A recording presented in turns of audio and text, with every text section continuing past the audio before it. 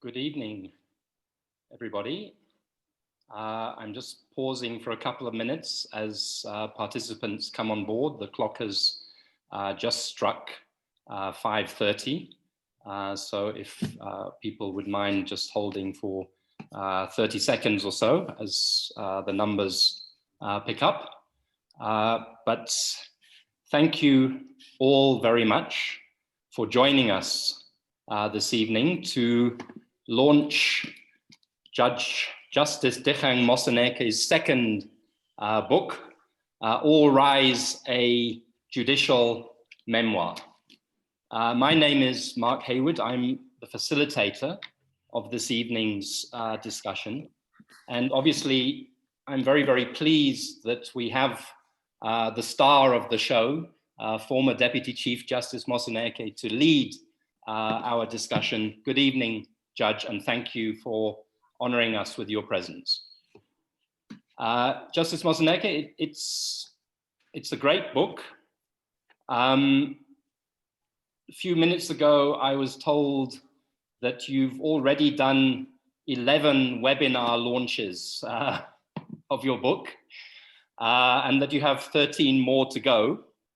But I'm hoping that this evening's discussion will have a unique focus, because what I want to talk about this evening that comes up in your book is particularly about the role of civil society engagement, the role of civil society in your life, the role of civil society in your book, the role of civil society in jurisprudence of the courts and the constitutional courts.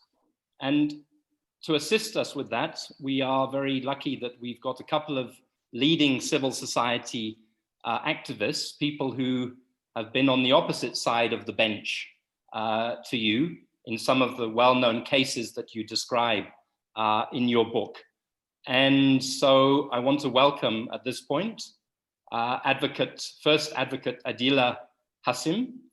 Adila is a co-founder of Section 27. She's practicing at the Johannesburg Bar at the moment. She has a long history in public impact litigation, including representing the families in the Life Esidimeni case, advocate in the famous Limpopo textbooks case, in the Dudley Lee case, which you describe in your book, Justice Moseneke, and many other cases. And then up at the top of the screen on my left is Tendai Mafuma. You have to jump one generation younger, who's currently a legal researcher at Section 27. She works particularly on health and sexual and reproductive health rights. She was part of the team, Justice Moseneke, that put together the Life Esidimeni case that you were the arbitrator in. And both Adila and Tendai are former clerks of the Constitutional Court. Tendai was there when you handed down your last judgment in 2016, as was I, but I was in the crowd, in the spectators. Adila, believe it or not, preceded you to the Constitutional Court. She was clerk to Justice Pius Langer, who you talk about in your book, and then to Justice Edwin Cameron. So I think that we are all set for a great discussion.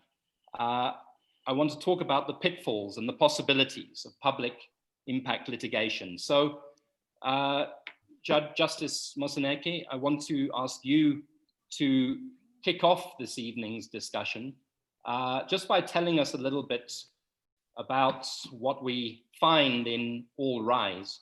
But as I said, with a particular focus on what you think has been the role of civil society. I pick up in your book, obviously there's a whole chapter on Life Esidimeni, but you reflect on the Treatment Action Campaign case, you reflect on the outer case, you talk about the conflicts between civil society and the executive, and where the judiciary, how the judiciary managed those sensitive cases. So to begin with, over to you, and then I'm going to bring in Adila and Tendai as respondents to your opening submissions, Justice Moseneke. Thank you very much.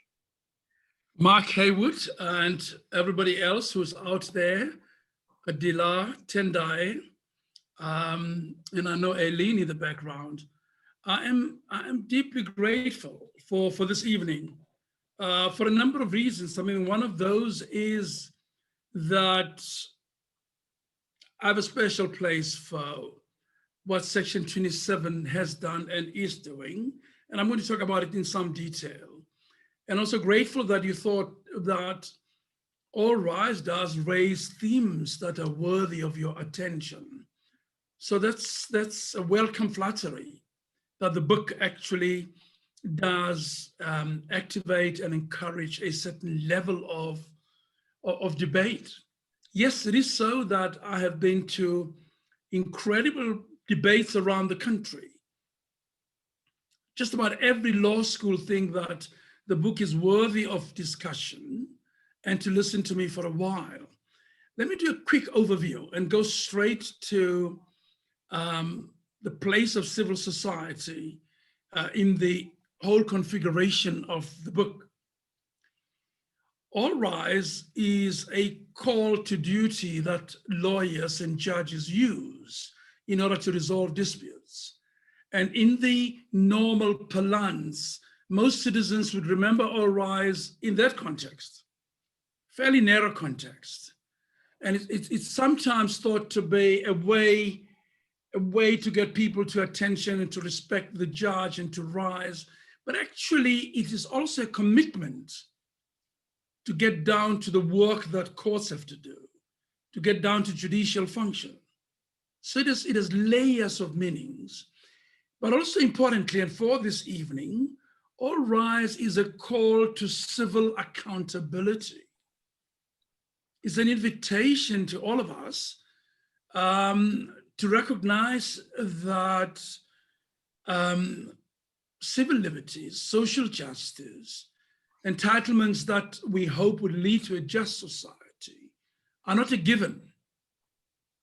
And we need to look around us to know that they are not a given.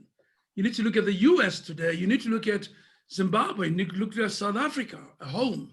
You need to look at Uganda, wherever else, in Thailand, Belarus, to know that these entitlements must be buttoned down, they must be fought for. And I confess somewhere in the book to my own naivety. And I thought as a young revolutionary, we can do it once and for all, done and finished. And then we have, and live happily forever hereafter. And it turns out that it is not so. And that in fact, you have to graft all the way from the beginning to the end in trying to actually reconfigure society towards a just outcome. So in many ways, therefore, All Rise was an attempt to record historically what happened, particularly from 1994 onwards. And then also to raise and throw up a number of themes which dock the judicial function, but also the nation. And also implicitly, I then go down the route of showing what civil society did to enhance where we are and the achievements we've made in jurisprudence, but also recognize and acknowledge that so much more has to be done. And therefore, that is the broad brush strokes that I thought I would want to put out there. I cannot leave this and tend to civil society without saying that. I say in the book that the judicial function is a little like the secrets of the mountain. When you go for circumcision and you're a young man, certainly in most traditional traditions, not only African, most of them, when you come back, you don't say what happened. You're supposed to be ushered into manhood, but nobody should know how it's done. And therefore, nobody actually really talks about what happens out on the mountain. And similarly, most judges simply disappear from the scene. Think about all the judges who have retired, and they just go away. And many don't even try to do a Moseneke or an Albie Sachs or a Cameron to sort of pop up and down for one reason or the other. They just go. never hear of them. And the last full-blown memoir, of course, was done by Rose Innes at the turn of around 1870 something with the Transvaal Republic. And thereafter writes Cameron a bit and Albisex a bit, but none of them are really full-blown judicial memoirs. But they really do a lot wonderful in that direction. So I thought it's just important to get, given the power, the judicial, the centrality of the judicial function, to bring it to people and hope and pray that we would be able to debate and discuss. And here we are doing that. And for that, I'm deeply grateful. Now, in the book, quite early, I start off by telling you about the honeymoon of Nelson Mandela. It was an incredible time, wasn't it? And I talk about let freedom reign and let there be water, let there be salt, let there be bread. Nelson Mandela proclaims almost in biblical or in scriptural terms, and almost like sitting on some mountain and giving a sermon. That was his initial speech.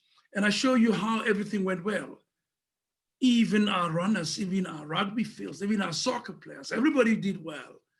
And then we hit the first rock between the judiciary and the executive. The honeymoon ends there with the TAC case. And brought up by civil society, by activists. And when I look back again, Adila, and I think about it, it was so stupid. You have a constitution that grants a right of access to healthcare. The government doesn't claim that it doesn't have the money. It doesn't claim that the intervention, the medical intervention would not be helpful. It doesn't put up any significant obstacle to access to healthcare, and runs to court. And of course they lose. And there you see the tension. And I show you how carefully the judiciary walked that path, not to sort of smash the sort of sectoral relationship between the judiciary, the executive at the time, but we managed to go past TAC. But TAC was the rock bed, basically, of civil society intervention in demanding and using the platform that the Constitution provided in order to try and rearrange society. Now, I say it was stupid because that obligation sits on the executive in any event. So does it with Komape. So does it sit in Life as Itimeni. So that it sits in access to water, getting water to some village and getting the people there to clean themselves or to produce vegetables for themselves. So it's an obligation that we know our Constitution places on all arms of the state, and doesn't quite happen. And civil society says, well, it will happen. And now, if you sat in the court where I sat for 14 years of the 15 years I was a judge, Constitutional Court, we would not have produced most of the rights jurisprudence that we did without civil society. And later on, all the jurisprudence on executive power came principally because of activism, of legal activism. And there we were called upon to talk about the parameters of, for instance, of executive power, the role of parliament, which would not even set down a motion of no confidence under some pretext when the Constitution is fairly bland and plain about the obligations of parliament. They wouldn't hold people to account, and we were all the time called upon. Think about bad appointments at the NPA, the Similani case. The courts were called upon by civil society to come and say, is this a proper appointment after the Ginwala findings? So in short, what am I saying? If you track down, if you go to the first case of the court, Makwenyane, and go and look at the lineup of counsel who were there present, and go and look who briefed them and who are the amici in the cases.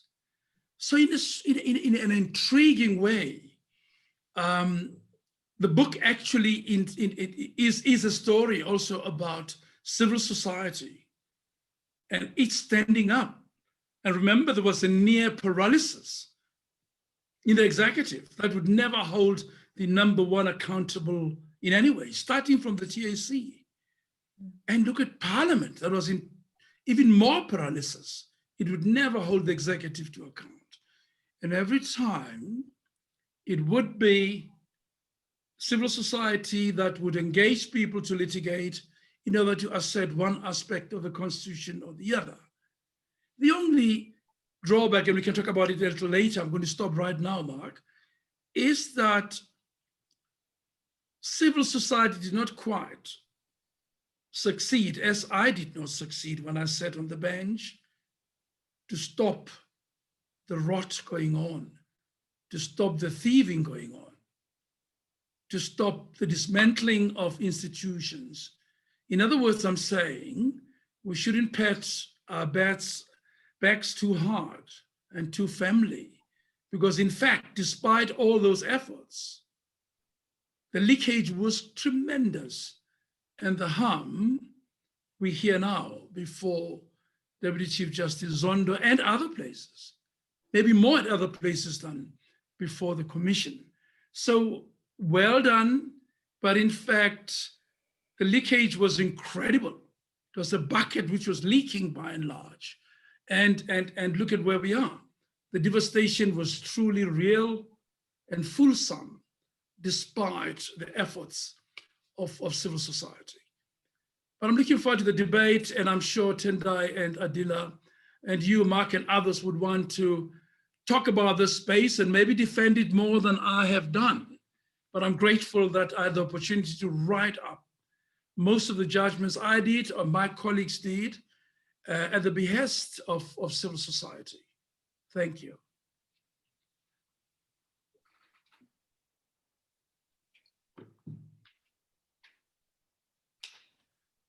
Well, Mark has to unmute. Okay. I'm going to Moseneke for that introduction. The facilitator should remember to put his microphone on.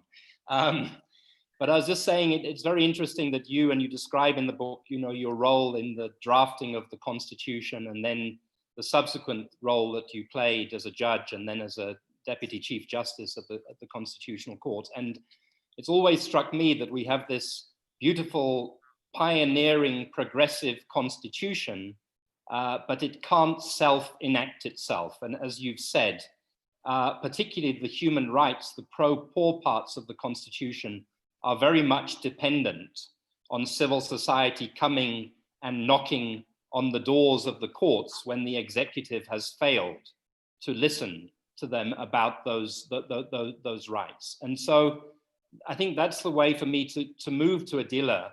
And Adila, ask you to reflect a little on Justice Moseneke's opening comments. You joined Section 27, AIDS Law Project in 2004.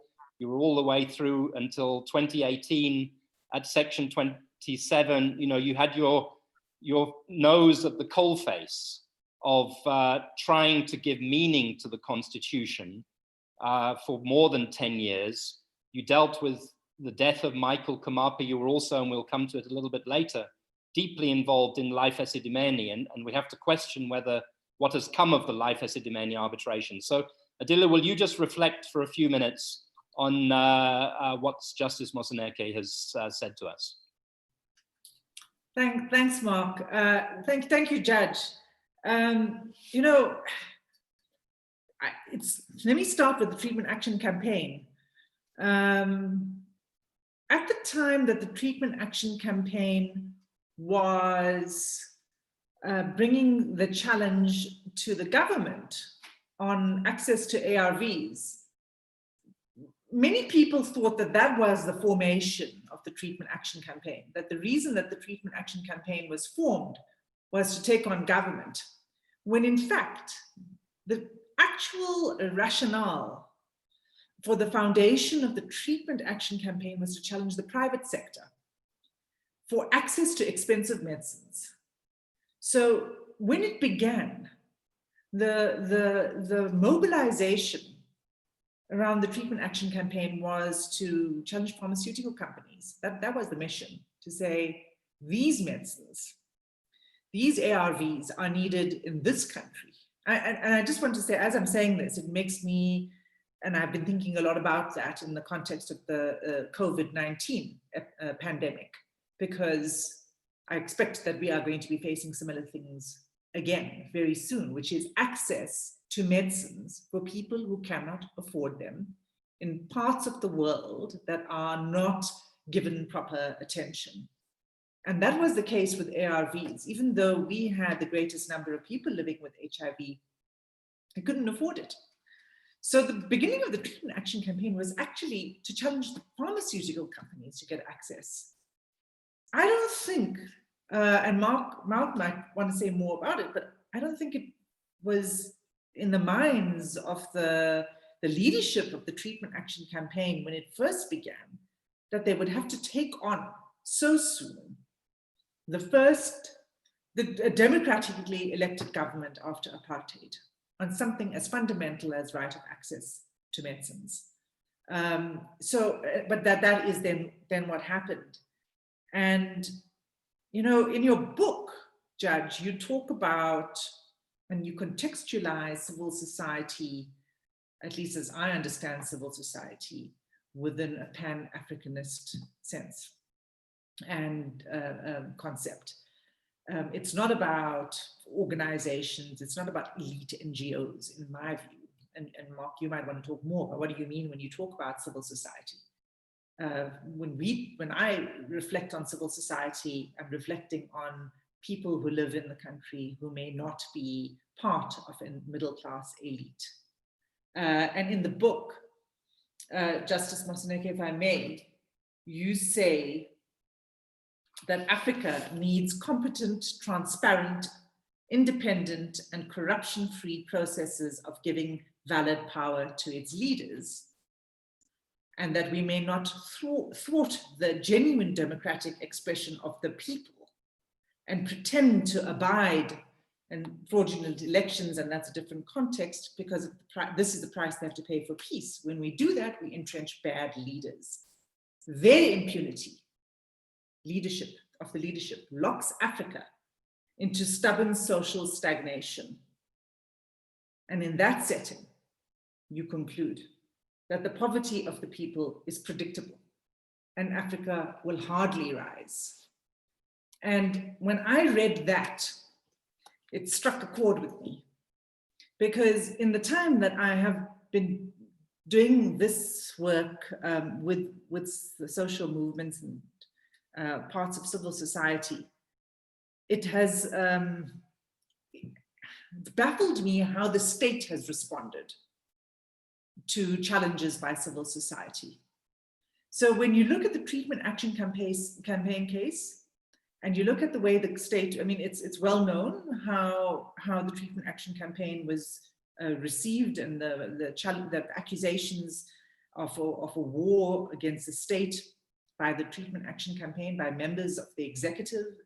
They were called the running dogs of the pharmaceutical companies, when in fact, the entire meaning of existence as it started out was to challenge pharmaceutical companies.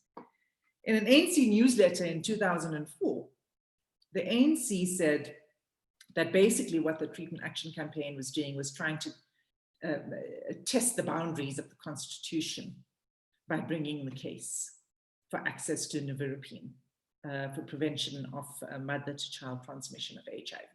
It was an academic exercise.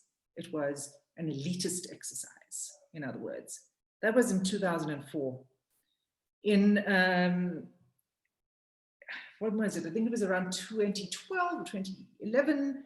There was a case brought by the Legal Resources Center and the Lawyers for Human Rights on access to water in Carolina, in which, and George Bezos, the late George Bezos, whom we miss greatly, wrote an article in the media about that case and lamented the fact that the state took the attitude that they did in relation to the litigants, in relation to the communities. And I'm not talking now about the LRC and Lawyers for Human Rights. I'm talking about the community in Carolina that wanted access to water, that the state fought.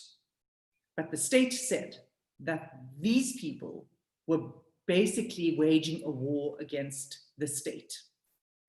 And then in Life Esidimeni, the MEC for Health in the Gauteng province, MEC Mahlangu, when she was confronted with organizations that were trying to represent the interests and the rights of those who could not speak for themselves because of their mental illness, her response to these NGOs was to write to her officials and to say, please, and these were her words, bring in our lawyers urgently. These NGOs are dishonest. Those were her words. We produced the evidence in the course of the hearing before you, Judge Moseneke. That was the attitude of the government. So when we're talking about what is the role of civil society and what is achieved by civil society, the first thing that for me is quite alarming is the way in which the government has responded. Our government that we put in to protect rights, socio-economic rights after 1996, and that have been, dismissed in this way. Civil society has been dismissed in this way. So I want to say that first about civil society, and then about what it has and has not achieved, I'll return to. But I think that it's impossible for civil society to achieve what it wishes to achieve when you have a state that is that you're facing, that is as intransigent as we've seen in some of these cases. Mark, I'll pause here. Thanks, Adila. Those are all really important points, and it helps me move to Tendai. I'm a slightly older generation than you, just slightly. Justice Moseneke is slightly older than me. Tendai's the youngest amongst us here. Our generation seized the Constitution and saw opportunity in the Constitution. And we began using it the moment that we could in the cases that we've been talking about, starting with the TAC case. Tendai, your generation is a lot more skeptical of whether this thing is of any use and of whether the courts are of any use at all in advancing an agenda of transformation. And I know you were involved in Life Esidimeni, and we've talked a little bit about TAC. And one thing you can say about TAC is that TAC case saved 5 million lives, ultimately. There's a causal connection between the case and where we are today. But Tendai, you were involved in Life Esidimeni, as was Adila, as was Justice Moseneke. It wasn't litigation, it was an arbitration, but there was a very important judgment, an award at the end. I know that Christine Komalo and other families of Life Esidimeni are watching this evening. Did Life Esidimeni achieve anything? Has there been justice? And does this not lend currency to the idea that the courts and the Constitution are not what they're cut out to be? Well, definitely the youngest on this panel with a lot more to learn. But I think first, Mark, I want to say, I don't know if our generation is as skeptical as you make it sound about what the Constitution can do and what our courts can do. I think what Justice Moseneke and what Adila has also said before has really shown us what the Constitution can do and what we can achieve with it, and how we can use our courts to achieve those things. I think first with Life Esidimeni, I must say, I think the first thing that it showed really was that when we don't realize socio-economic rights, and when we don't protect and promote and fulfill the rights in the Bill of Rights, we really can count those effects in human lives. That's what Life Esidimeni did show us. Like, if we don't do that, people will die and we will lose lives. And it's not, so we need to be defending the Constitution. So that was the first thing that Life Esidimeni really showed us. The second thing that Life Esidimeni showed us was that, you know, the Constitution is not self-actualizing, and we've known this before. And I think over and over again, we see this every time when we have to approach the courts and we say, hang on, the Constitution says we have the right to access to healthcare services, but this is what is happening. So we actually have to take certain steps to make sure that what it promises is what is delivered to us. It's not going to happen just because it is on paper.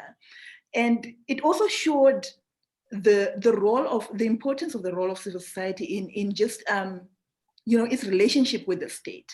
So at the start, what we really sought to do was to alert the state to the possible consequences of what was going to happen if they did not approach this cautiously and with, you know, with the care that they needed to, considering that this were a vulnerable group of people, that they really needed to apply their minds in what they were doing.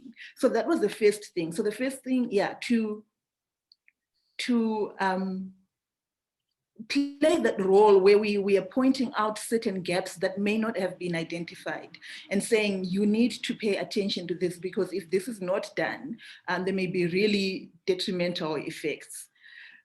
Just fast forwarding to what everything in life is, you know, whatever life is diminished short. I think the other thing was also the role of other offices, like the role of the office of the OHSC, Health Standard Compliance, that these are also institutions that people can approach and seek redress and be assisted through. So Life is Demanding really showed the importance and the centrality of the OHSC office in our health system, and why it's important to make sure that offices like that are funded and they are staffed appropriately to protect the rights in the Bill of Rights. In terms of whether justice was delivered, you know, I think that question remains really open. I think there were a lot of things that were achieved in life through Life is Demanding, through the arbitration. One of them was just giving a platform for all of the families who were affected to be heard and to be listened to, and to feel that someone was really paying attention and understood what they had gone through. And I think that's a really important thing that we also need to continue as we go forward. So I think that was a big achievement for the families, but also for all the other organizations who had been involved, who had been trying and raising red flags from the beginning, to show that they were not just trying to, you know, to show the shortcomings of government, but trying to assist it in delivering its services to the people. And I think in terms of, you know, of the redress and constitutional damages, I think that was a really important outcome for the families, to show that where there's really been where there's been a violation of constitutional rights, that must be acknowledged and there must be redress for that. And I think it was a very big thing for the families, and also for various organizations that are doing similar work that we're doing. And you know, we continue to rely on the reasoning in that arbitral award. We, you know, to try and advance and make sure that where there's been violation of constitutional rights, there is redress for that. In terms of, you know, I think when we then move on to the other recommendations that we, you know, to the rest of the order, one could say that justice has not been delivered. I think, you know, we are still waiting to see on the implementation of the other plans, on the implementation of a recovery plan. I think that is also where we always fail, where we develop these beautiful plans, but then we fail to implement them. So Justice Moseneke in his arbitral order, you know, said, in his arbitral award said, you know, the Gauteng Department of Health must go and come up with a recovery plan for mental health. What is important is not just to develop the recovery plan. It is then important to implement it, to make sure that you actually allocate a budget. Otherwise, it just remains a plan on paper with no real effects on the ground. Yeah, so I'll leave it there for now. Thanks, Tendai. You know, you make some very important points about socio-economic rights, and I want to have a serious discussion on socio-economic rights in the course of this webinar, because I think in the post-COVID period, in the economic crisis we're facing, socio-economic rights have never been more important. And the social circumstances of people in our country have never been more desperate. And I'm going to turn the discussion in that direction in a minute. But Justice Moseneke, I imagine you probably want to just say something on Life Esidimeni before we go there. It was an incredibly emotional thing, and Christine Komalo asked how it affected you personally. But 2 years down the line, nobody's in jail. There's no more truth that has come out. Mental health care services, as I think Tendai would attest, are still under-resourced. There's no monument that has been built, as was recommended in your award. Do you want to say anything, Justice Moseneke, before I switch us on to health and food and education and these critical issues? Yes, firstly, I welcome the very thoughtful remarks that came through from Adila and Tendai. I've seen the notes from Christine Ngumalo on the chat communication. She says that, of course, states are organized. It's a wonderful abstraction, are organized in order to smoke out civil society. In the township, we say, Uskamo Hemisa, people from township will know that. Don't allow him or her to breathe.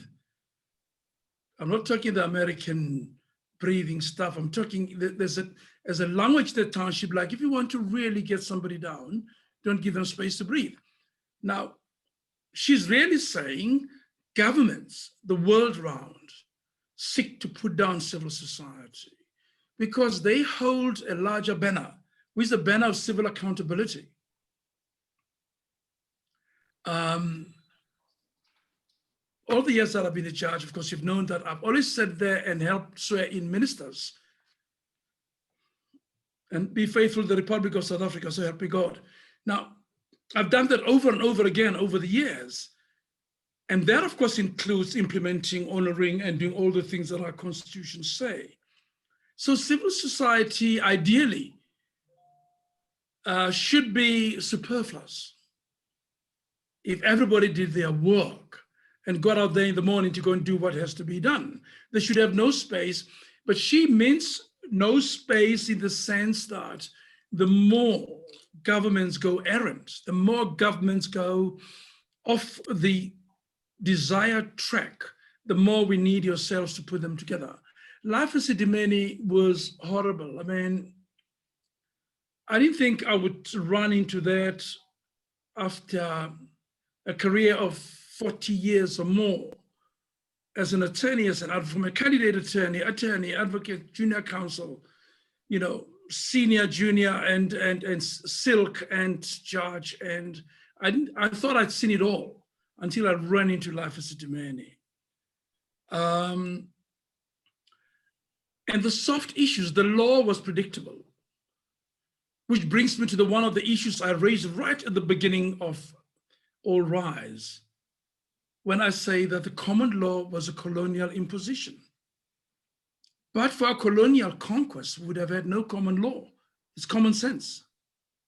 And that it's important to acknowledge its origin and its potential negative role. And as Chief Justice Ismail Mohammed said, we should shut the door firmly on what is unacceptable of the past, allow in the very best that comes from the past. So my Life Esidimeni, of course, gave me the opportunity to say, you don't render the Constitution useless by arguing that only the common law can provide recompense. As you do that, you actually cut off, there's a better word that I could have used if I was with Mark alone. You basically castrate the Constitution and make it basically, without any potency, because no recompense can ever be drawn from the most violent undoing of constitutional promises and undertakings. So I was quite clear in my own mind, and I've been saying to law schools, talk less about decolonization, talk more actually about how you reformulate your curricula in a way that embraces the new values that we have adopted in 1994, and say that the beginning, the alpha and the omega of our law is a constitution from which we draw the rest of the formulations that sit in the law. And that the indigenous law is still alive is at the mercy of the constitution. That the common law is still applicable is at the mercy of the constitution. So it is quite important to those of my colleagues, and in the book I try and show you the trouble we had, and I ran into it where people resisted the omnipotence of the constitution in our lives and went down the route. You look at it only as a last resort, never as a first resort. It should be the other way around. And law schools should be saying, we had a new beginning in 1994. What we teach must be infused by the values that we agreed on. It is the most recent recordal of the common convictions of our people. Now, life as a demani and the soft end of it, that was the law end of it. The soft end of it was just the pain, the sheer human pain.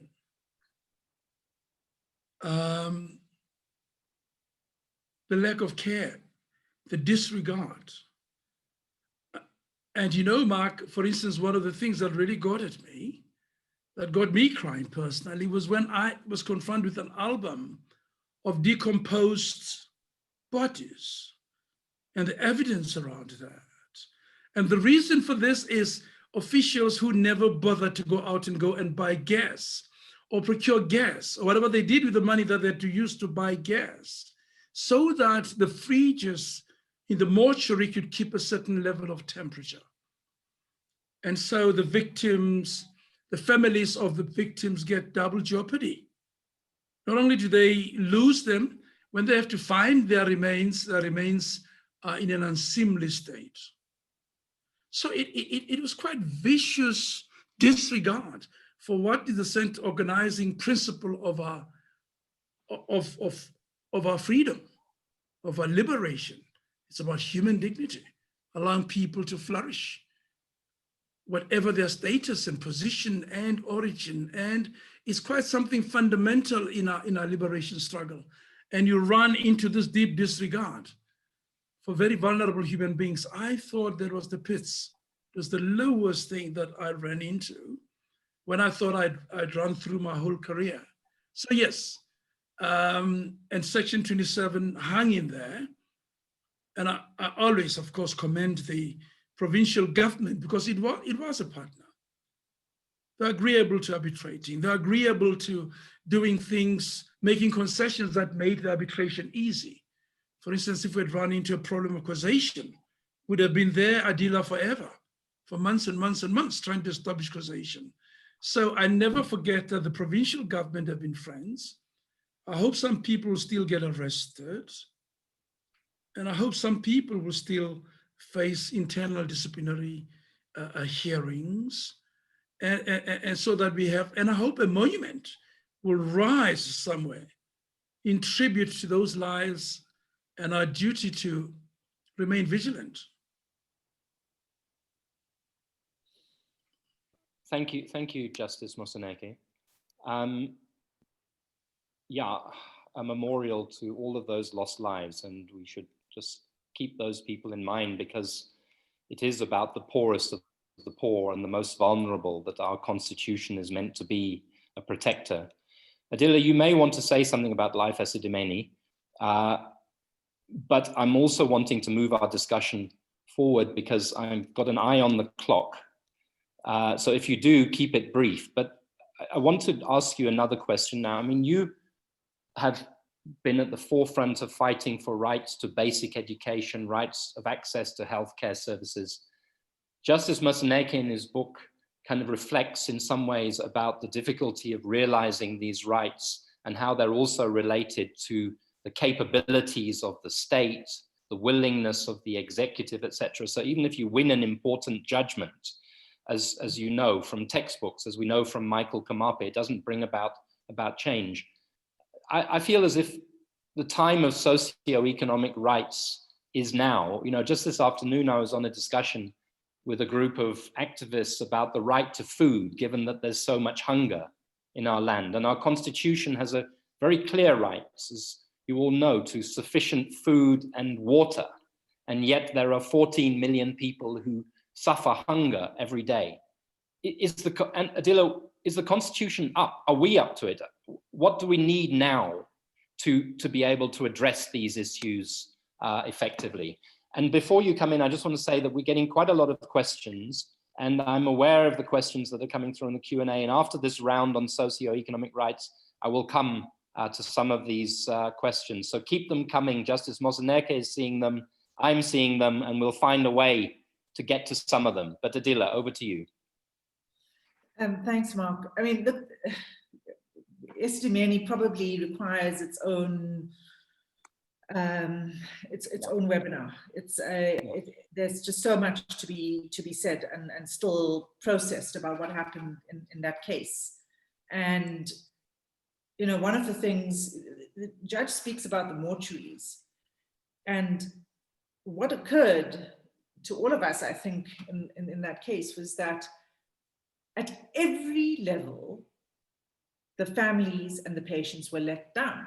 So it was all the way through from, you know, the decision-making to the moving of the patients to transporting patients in the undignified manner in which they were transported, into NGOs that didn't have, you know, hot running water, didn't have enough food, wasn't blankets, it was cold, the weather, it was winter, dying. Then death certificates that were not completed properly, and then mortuaries where the bodies were not kept, where appropriately, where the fridges were not cold enough, where families had to go and pick through the mortuaries in some cases to find their loved one, where, you know, Joseph's body could not even be dressed for the funeral because it was in such a state of decomposition that he was just wrapped in a blanket. I mean, at every level, the institutions failed, at every possible level. So it requires its own treatment, I think. So let me just say that when you think about that case, in fact, what was at the heart of it wasn't about socioeconomic rights, it was about Section 195 of the Constitution. It was about the duties that rest on the executive to be transparent and to respond to people's needs. It was about an institutional culture and an institutional ethic that was absent. So I think that, you know, when we talk about socioeconomic rights, we need to remember that there are other parts of the Constitution that are quite important, and Section 195 is far away from the Bill of Rights down there, and yet I think it echoed right throughout the Life Esidimeni case, the failure to have any regard to Section 195. Let me stop because it just will make me angry. So look, our Constitution, it goes further than most other constitutions in the world in many respects, but particularly in its protection of socioeconomic rights, and that those rights are justiciable, meaning you can go to a court and you can say the government is not fulfilling its obligations, or its obligation to provide access to healthcare services, to water, to education, and so on. And yet, in this country, we see that we are one of the most unequal societies in the world. And when it comes to education, we have, you know, where have the courts been activated on the right to education? It's been, you know, when it comes to the Constitutional Court, in fact, it's been mainly around the relationship between the institutional arms in the education sector. So the school governing bodies and the provincial government, and what the limits of the powers are of each of those institutions within education. But Justice Moseneke, in his final judgment, which was a judgment that dealt with the right to education, quoted scriptures from all major religions and legal philosophy in his opening paragraphs of that judgment, which spoke to the importance of education in society. and which basically echoed what Frederick Douglass, a former slave in the US, said about education. And he said, once you learn to read, you will be forever free.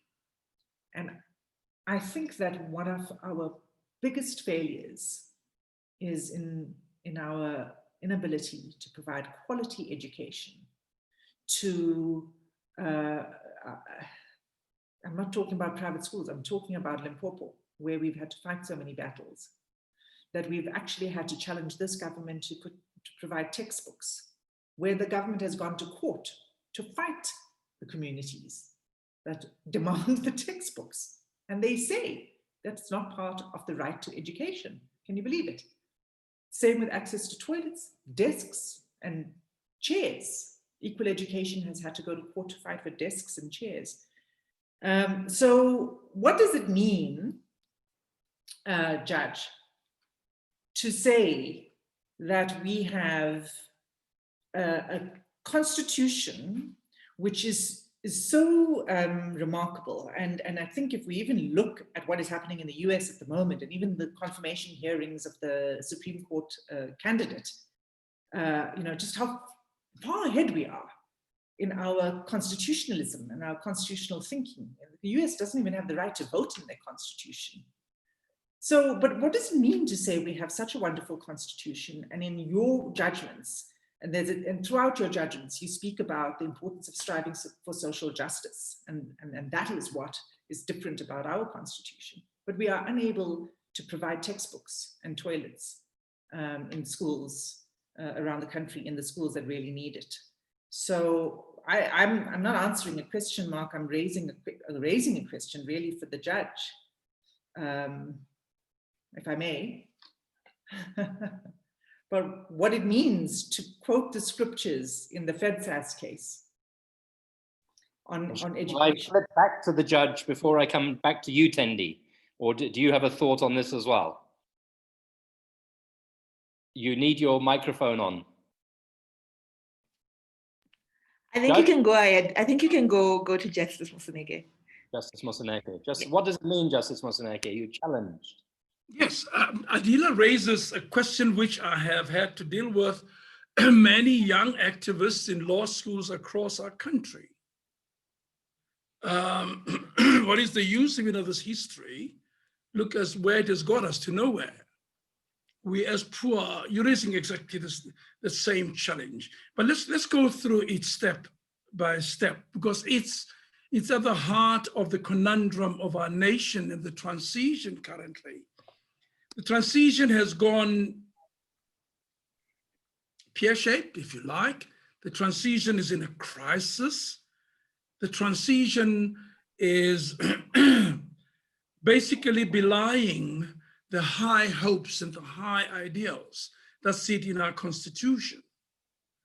Now, some young people have gone further than this, Adila. They say the DNA of the constitution is a post-colonial arrangement that basically is designed to perpetuate unequal relations in society. And that if the DNA of the constitution is basically oppression just continued in just another form. And it doesn't have the capabilities and the attributes to be able to change our lives. So they go that far to say, scrap the nonsense, because actually, look at where we are. And here has been my response even in jurisprudential debates, for instance, like at the University of Pretoria, the young Turks there, young professors who basically say that this is a document that never could reverse the ravages of colonialism and apartheid. It was always going to entrench and leave comfortable the vital interest of the powerful class in our society. Now, I'm putting the same point in a much more robust way. And while most young students do, they treat it in Cape Town, it works in University of Pretoria. Yesterday I was at the University of Zululand, and the issue pops up. But let's take it step by step. My standard response, not standard, I think considered response, is the following. 1994 was not a non-event. It was a seminal and important moment in our lives. Don't misunderstand me to say it delivered every desire we had, every aspiration we had, but hear me out. In 1994, there was a definite shift of political power and influence. And for once in history of 350 years, the people could choose who would direct their lives. Now, we can't speak to that as nothing. 2, 1994 gave us the coercive powers of the state, the army, the police, the intelligence forces, control of the prisons, control. So we had the coercive power of a state, besides the democratic side of things where we could make laws and be able to appoint office bearers. 3, 1994 gave us the power and control over the treasury, where the money of the state is kept, and the coercive power to collect taxes in order to fill up that treasury as we move on to do the things that we promise ourselves in our constitution. 1994 allowed us a new start, which I tried to describe in the book. For instance, with the judiciary, that was white male toxic. The power arrangements were, I mean, there were 2 women judges who were white. The rest, so almost 99% of the judiciary was white males who directed our lives in every way. And it was important, therefore, to begin to dismantle that arrangement. And today we have a judiciary which has more than 60% of people of color and women who make these important decisions. And as I say in the book, the judicial skies did not cave in. So if you go and look back, most of the crucial power of moving around and changing society, barring the economic power, which I'll come to in a moment, were principally in our hands. We are the ones who could provide textbooks because we control the treasury. We could build the clinics that we need in every village. We could have built a dam for every village in this country. We could have piped water to everywhere where it was needed.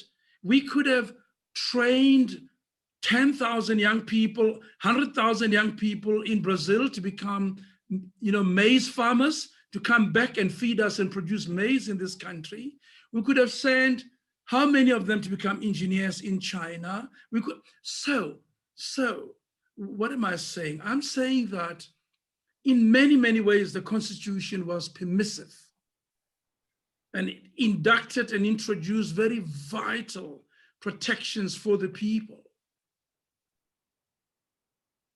If you have a piece of scripture, now that you talked about scripture, Adila, that I quoted widely from all major faiths, it prescribes what is good conduct, what it is to be good. But human beings tend to get on and be quite rotten. But that the human beings have not behaved the way they should. You don't take all the scriptures and burn them out. We should, that's why we need accountability. That's why we need to talk about a proper judicial function. That's why we need to hold to account those who exercise public power in our country. And that is why our people all must rise. You actually make the case that the book does make. On any version, you're going to need a law. On any version, you're going to write up a constitution. And the other criticism was, why do you people call this final? Final for whom? Final for you oldies who were there at the time, and you thought you had reached your nirvana. Nonsense, it's not final. There's so much more to be done to it, and I agree with that criticism.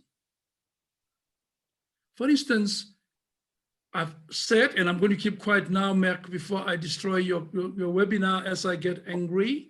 Not at all, not at all. We should have done ever so much. We can't shake off poverty and inequality and all of those things without a bit of energy. You need industry. We need commitment to change these things.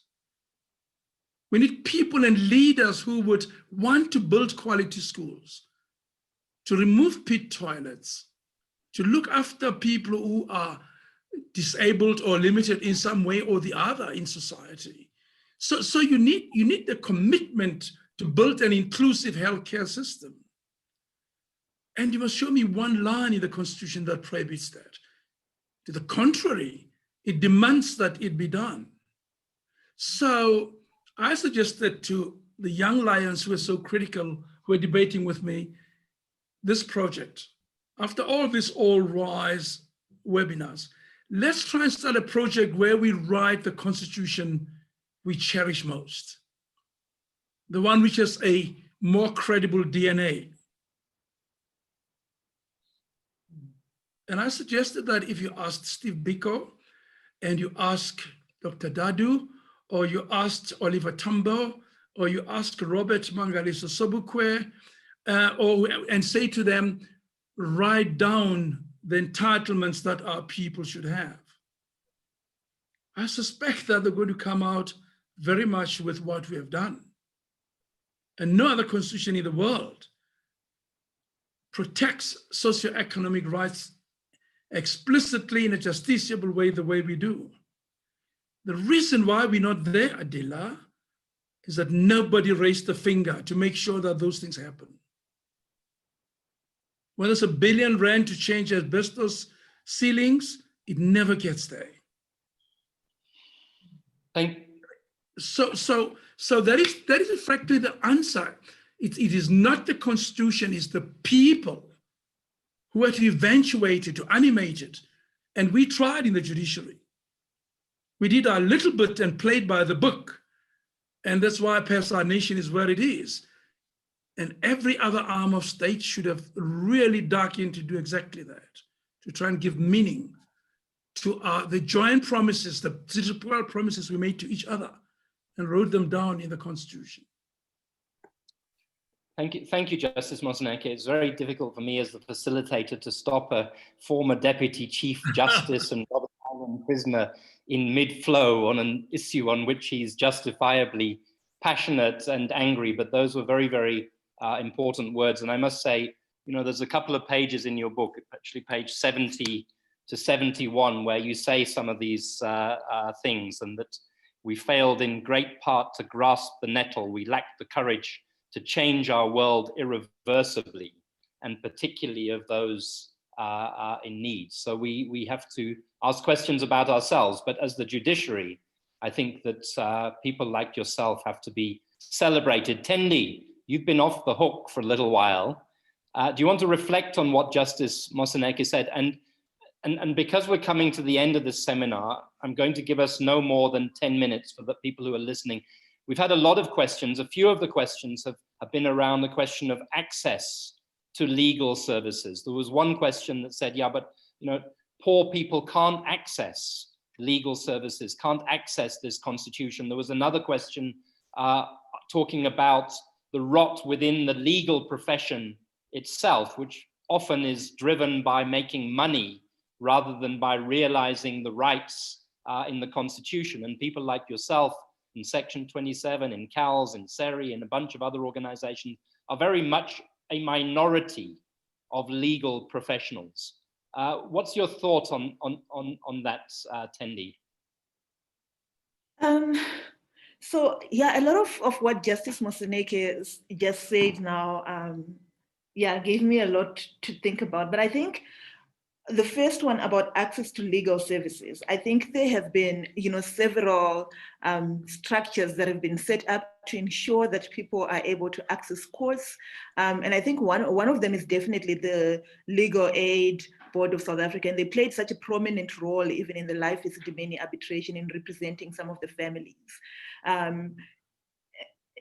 so that's important. And also just, the comment about the rot in the legal profession, I think we can't restrict it to the legal profession. I think we have seen the rot everywhere. I think especially even with COVID, what we're seeing is that, the rot and corruption are some of the things that are getting in the way of us achieving the constitutional dream. We're not able to deliver healthcare services to people who need them because people would rather put money in their pockets, so the rot is everywhere, and we really need to be strengthening the institutions that should be investigating these things, and perhaps not just investigating, but putting systems in place to prevent such corruption from happening, so that people get the services that they need. So those are the comments that I would make about the rot in the legal profession. I think we've seen the rot everywhere, and we should be working towards eradicating that rot and dealing with it decisively, so that it doesn't continue.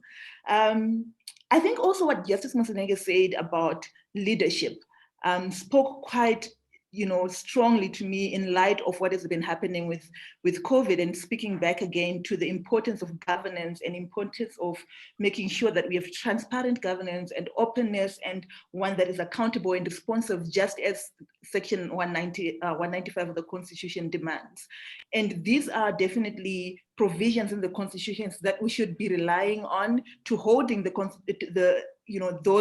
government accountable, the state accountable, but also to equip ourselves so that we're able to challenge some of those decisions. Once we know the rights and what they mean, and we know that, the state must be responsive, the state must be accountable, and they must make, I think then we're able to hold them accountable if we know our rights. And I see that Christine has mentioned something along those lines in her comments, to say once, she says, the community is learning and knowing their rights is painful to the state, is allowing the civil society groups to do their work and holding them accountable. Because once communities know and learn of their rights, they're able to hold the state to account. So I think that is definitely an area that we're going to need to continue to work on. And also just, at the beginning, I think Adila mentioned about the attitude of the state in tech. And I just thought that even in the face of the state's attitude, CSOs and communities have remained resilient. They have not stopped to say, oh, because the state has this attitude towards us, we're not going to try and hold it to account. We're not going to try and defend our constitution and demand that, our rights are protected. And I think that's a really important thing to remember, and to continue with that resilience, and to continue being optimistic about what the Constitution can achieve and what we can do with it. Thank you, Tendai. We're coming, I think, almost to the end. Unfortunately, we only billed this webinar for an hour, and I realized, looking at the questions and following the flow of this discussion, we could easily have gone for several hours. I'm going to move us towards a conclusion. And first of all, ask Adila, you've listened to Tendai. I don't know if you have anything to say on this question of the legal profession, of access to justice, of the role of the public interest legal sector from which you were a part, which you're still a part of, even though you're at the bar, and the future of the Constitution. I mean, I feel that this is a very critical moment. Our society is terribly fractured now, fragmented. It's more unequal because of COVID-19.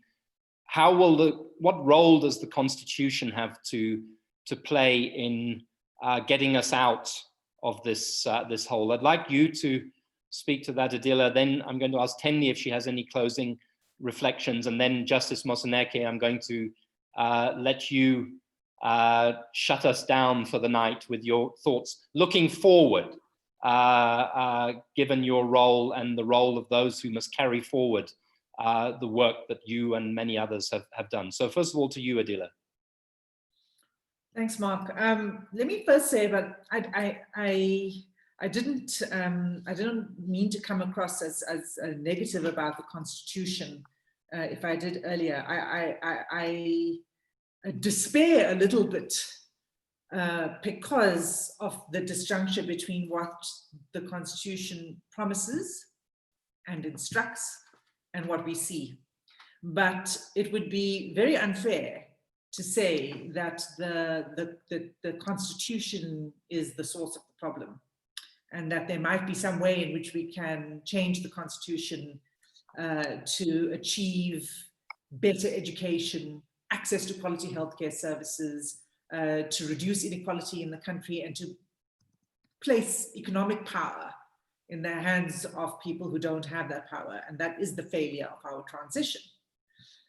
That is not, that's not what I think is feasible.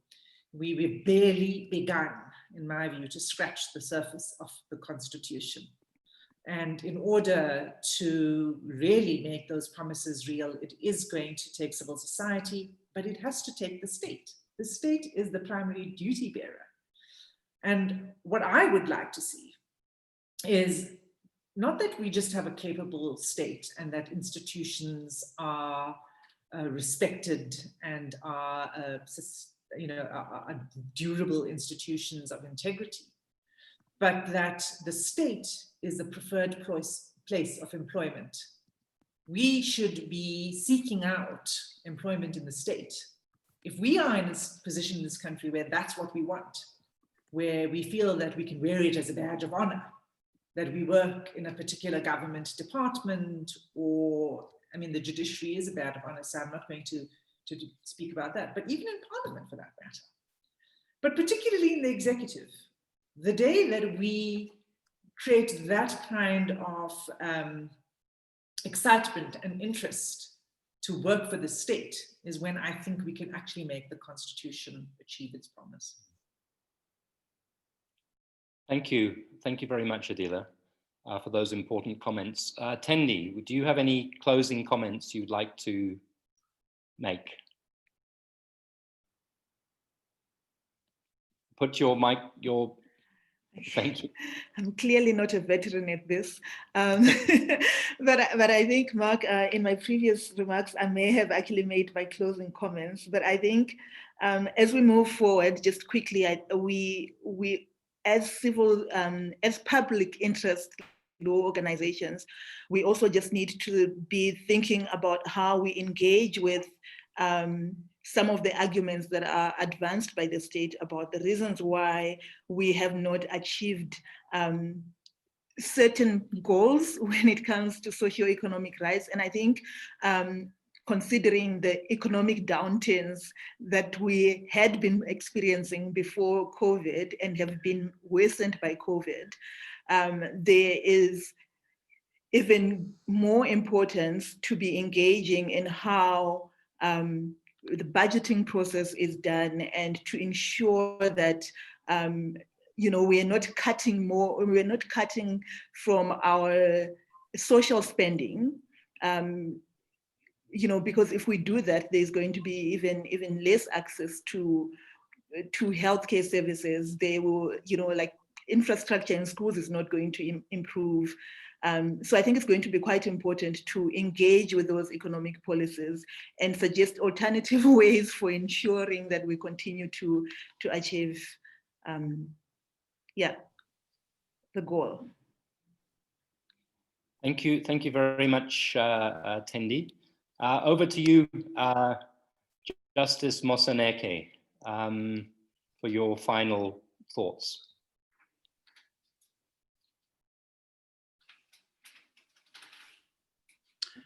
Thank you so much, Mark. There are 24 questions, which I can see in front of me in the Q&A column.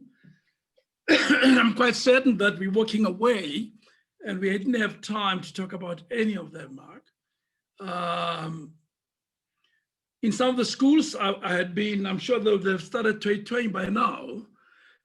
Excuse me, if they'd not been given the opportunity to interact in that way. As I summarize, I just want to say, most of the questions actually have in their bellies the answers that those who pose the question seek. I mean, people are talking about why were the ministers not jailed in life as Sedimeni? Why are they still walking around? I mean, you get questions like that. It's not good enough to talk about civil society. What is the strategy going forward?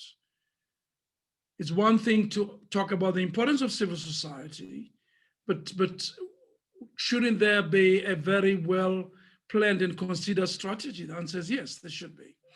What about organizations like Adila, the Black Lawyers Association, and what in the past? Didn't they work? Shouldn't we try and look to organization or sector-specific organizations to be effective? The answer is yes. And then the questions go on and on about about prosecutions, the NPA and its weakening, and what should we be doing to make it better? And loss on life as a demand, of course, in the questions. But I would like to say this without getting to the specific questions, that I'd like to say this. I'd like to say we've reached a crucial point in our country. Mark, you asked me to look forward. And we all should indeed look forward. And the invitation to rise is not an invitation to consider options that are illegal, that are non-constitutional, or any of all that, certainly not. But it's an invitation to our citizens and those who live within the country to adopt a number of things, and they are layered and textured. There's an importance for civil accountability, which civil society does from time to time. The book raises themes around political accountability, led by, for instance, electoral hygiene. My pain about Zimbabwe, getting sent out there as a young judge, and I ran into practices that did not augur well for the outcome of the elections, and I say so.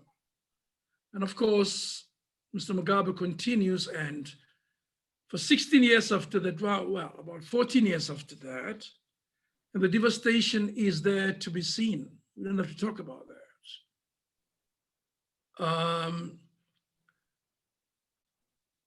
And I talk about the pain of society allowing leaders to stay in office for 27 years, or indeed other power brokers in society to be there forever.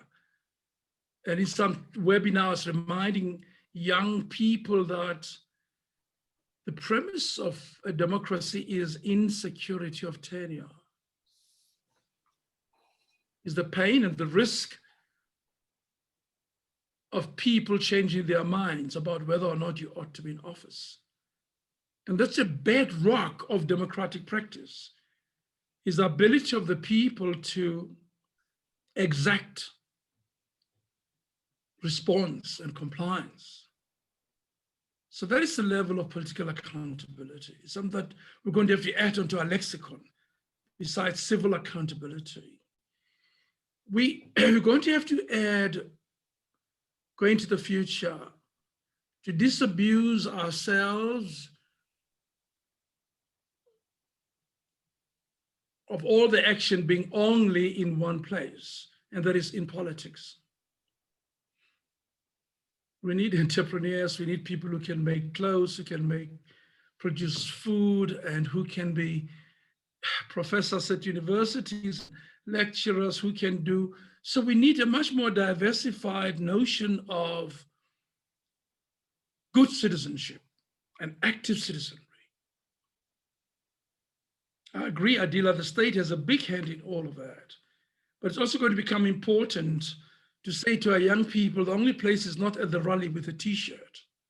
There are many other sides of struggle and change. You've cited one of them. I was saying to some law students at UCT, if you want to try, go to advocate Batoy's office and demand jobs to become good prosecutors. We need bright young people like you, committed to accountability, to good governance, to honesty, to hard work, to an equal society, and demand to find a role in institutions that are now limping. So we should be employing more people in those vital places. That's another form of accountability and of agency, both personal and collective. So it's time to rethink and reimagine a number of things that we put together in 1994. This is hardly the time, but we've made several mistakes even in the Constitution. Civil society talks a lot about the rights culture and the rights entitlements, but there are other errors we did in the way we have put together executive power, the way we have put together accountability mechanisms, the way we have conceived appointing people into vital offices within the nation. These things have to be revisited. So we rise also in that sense that we think afresh, how best can we re-engineer and reconfigure? And I agree with young people who say it's not a final constitution. We have to go and do a lot of things to this one to panel beat it. How do we enforce, for instance, electoral accountability? If you have elected people, how do you hold them to account to you? Or do they just have your vote and then they worship party leadership? So there's a whole, we have hit a rock and a point where the medicine hasn't quite worked. And therefore it's time, looking forward, for everybody to be thinking anew. And the same over and over again may not be the way to go. And therefore the book hopes to urge everyone to think anew as it examines the judicial function, to show you how all the rest of the fallouts ended up in the hands of the judges, who were inevitably castigated. As you know, I was a CIA agent until national intelligence said, no, Moseneke is the greatest patriot we have in this country.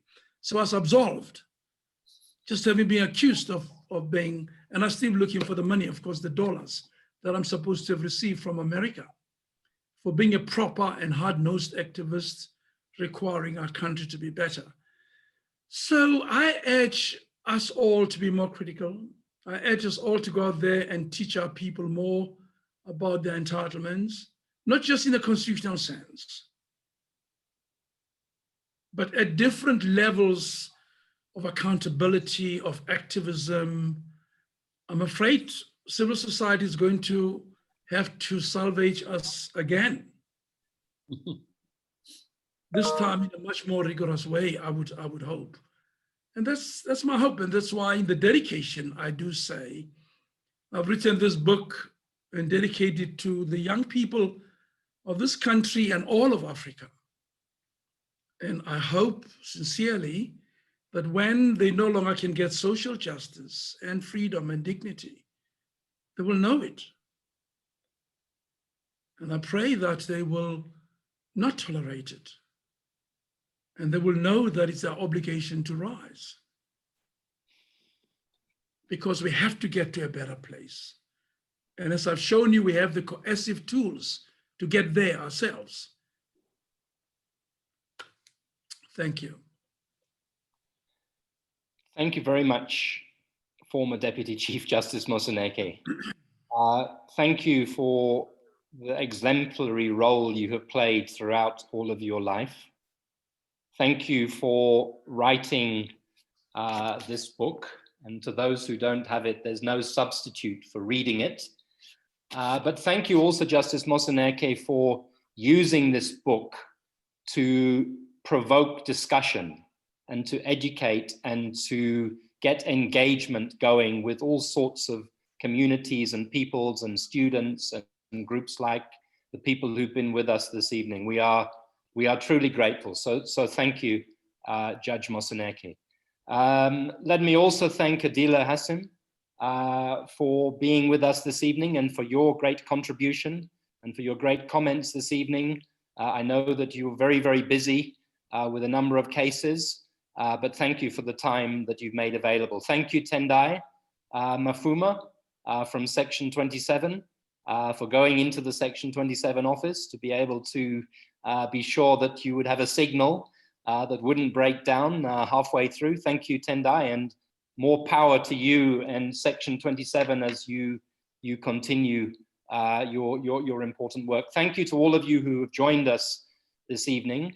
As I said, I apologize that we didn't get to most of the questions, and I accept the reprimand from Justice Moseneke, but it's very hard to steer these things when you have 3 opinionated activists in front of you. But thank you very much, and thanks for the questions which have all been considered and heard. And Justice Moseneke will have seen my suggestion in the comments, and I might take him up. And finally, I just want to thank Pan MacMillan for making this possible, Eileen and Veronica for making the systems work this evening, and also to thank the team at Section 27 and Siki and Julia for your hard work. I think we've had a rich set of discussions this evening. It's an incomplete set of discussions. It's left us with a great deal to think about and to act upon. And I suggest that that is what we go forth from here and do. So good luck to all of you in your endeavors to bring equality and dignity and social justice to our land. Good night, and thank you for being with us. Thank you. Good night. Thank you.